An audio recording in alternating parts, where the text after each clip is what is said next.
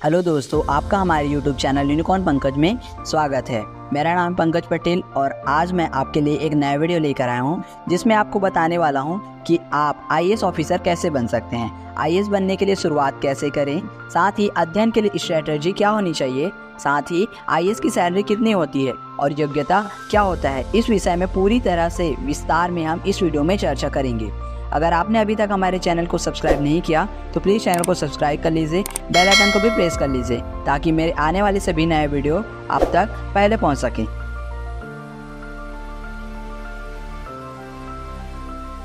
तो आईएएस बनने से पहले आपको ये जानना होगा कि आईएएस अधिकारी कौन होता है।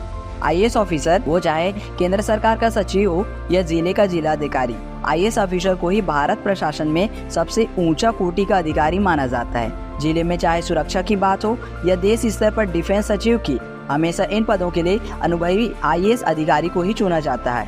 अब बात करते हैं आईएएस के लिए एलिजिबिलिटी की, जिसमें पहला आता है एज लिमिट। सामान्य वर्ग के लिए अधिकतम आयु सीमा 32 वर्ष होती है, ओबीसी के लिए 35 वर्ष व अन्य आरक्षित वर्ग ST/SC के लिए 37 वर्ष होती है। अब उसके बाद आता है एकेडमिक क्वालिफिकेशन की बात, जिसमें किसी भी मान्यता प्राप्त संस्थान से ग्रेजुएशन की परीक्षा उत्तीर्ण होना अनिवार्य है। यदि आपने अपना ग्रेजुएशन डिस्टेंस एजुकेशन के साथ किया है तब भी आप परीक्षा के लिए योग्य हैं। अब उसके बाद आता है आईएएस का फुल फॉर्म क्या होता है।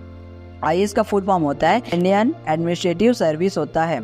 इसे हिंदी में भारतीय प्रशासनिक सेवा भी कहा जाता है। अब चलिए चलते हैं और आपको बताते हैं कि आप किस तरह से आईएएस ऑफिसर बन सकते हैं। इसके लिए मैं आपको स्टेप बाय स्टेप इसके बारे में बताने वाला हूं, जिसमें पहला स्टेप आता है ग्रेजुएशन परीक्षा पास करें। यदि आईएएस बनना चाहते हो तो आपको यूपीएससी परीक्षा के लिए ग्रेजुएट पास होना जरूरी है। आपका पहला पड़ाव अच्छे अंकों से अपने विषय अनुसार स्नातक परीक्षा पास करना होता है। ऐसा करने से आपको फंडामेंटल बहुत अच्छे हो जाएंगे और परीक्षा के लिए आप गहन अध्ययन कर पाएंगे। अब दूसरा आता है आईएएस परीक्षा के लिए परीक्षा पैटर्न का आकलन कर। ग्रेजुएट पास करने के बाद आपको आईएएस परीक्षा का कोर्स व सिलेबस समझने में बेहद ही आसानी होगी।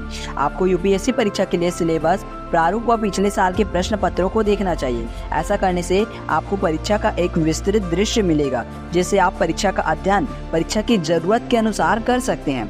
आईएएस परीक्षा का सिलेबस व प्रारूप इस आर्टिकल के अंत में, मतलब इस वीडियो के अंत में मैं आपको दे दूंगा। अब उसके बाद तीसरा आता है यूपीएससी परीक्षा के लिए ऑनलाइन आवेदन करें।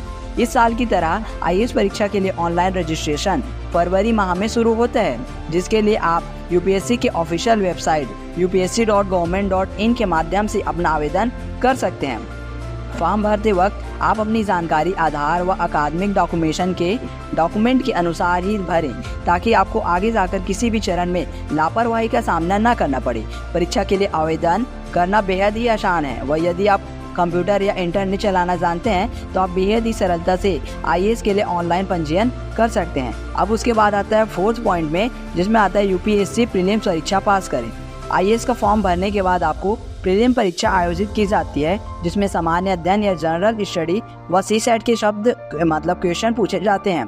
अगले चरण में पहुंचने के लिए आपको यूपीएससी परीक्षा का प्री चरण पास करना होगा। यह एक क्वालिफाइंग राउंड होता है और इसके मार्क्स मेरिट लिस्ट में नहीं जोड़े जाते।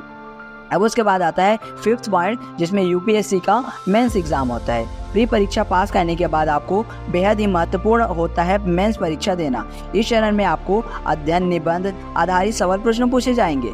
इस चरण में अंकों को मेरिट लिस्ट में गिना जाता है व आपको सिलेक्शन इसी चरण पर निर्भर होता है। अब उसके बाद आता है छठवां पॉइंट, जिसमें आता है लिखित परीक्षा के बाद इंटरव्यू पास करना। यदि आपने प्रीलिम्स और मेंस दोनों चरण पास कर लिए तो अगला आपको चरण पास करना होगा, इंटरव्यू का चरण आपको पास करना होगा। यह एक छात्र इंटरव्यू परीक्षा है।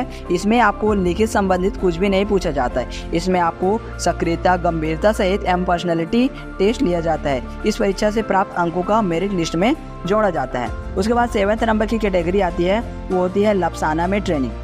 यदि आपने यूपीएससी सिविल परीक्षा पास कर ली है तो आपको एक प्रभावशाली ऑफिसर बनने के लिए लोक संघ आयोग द्वारा ट्रेनिंग लपसाना कैंप में दी जाती है। यहाँ से ट्रेनिंग पूरी करने के बाद आपको देश सेवा के लिए आपकी योग्यता अनुसार फील्ड स्तर पर ट्रेनिंग में भेज दिया जाता है। अब बात करते हैं कि आईएएस ऑफिसर की सैलरी कितनी होती है।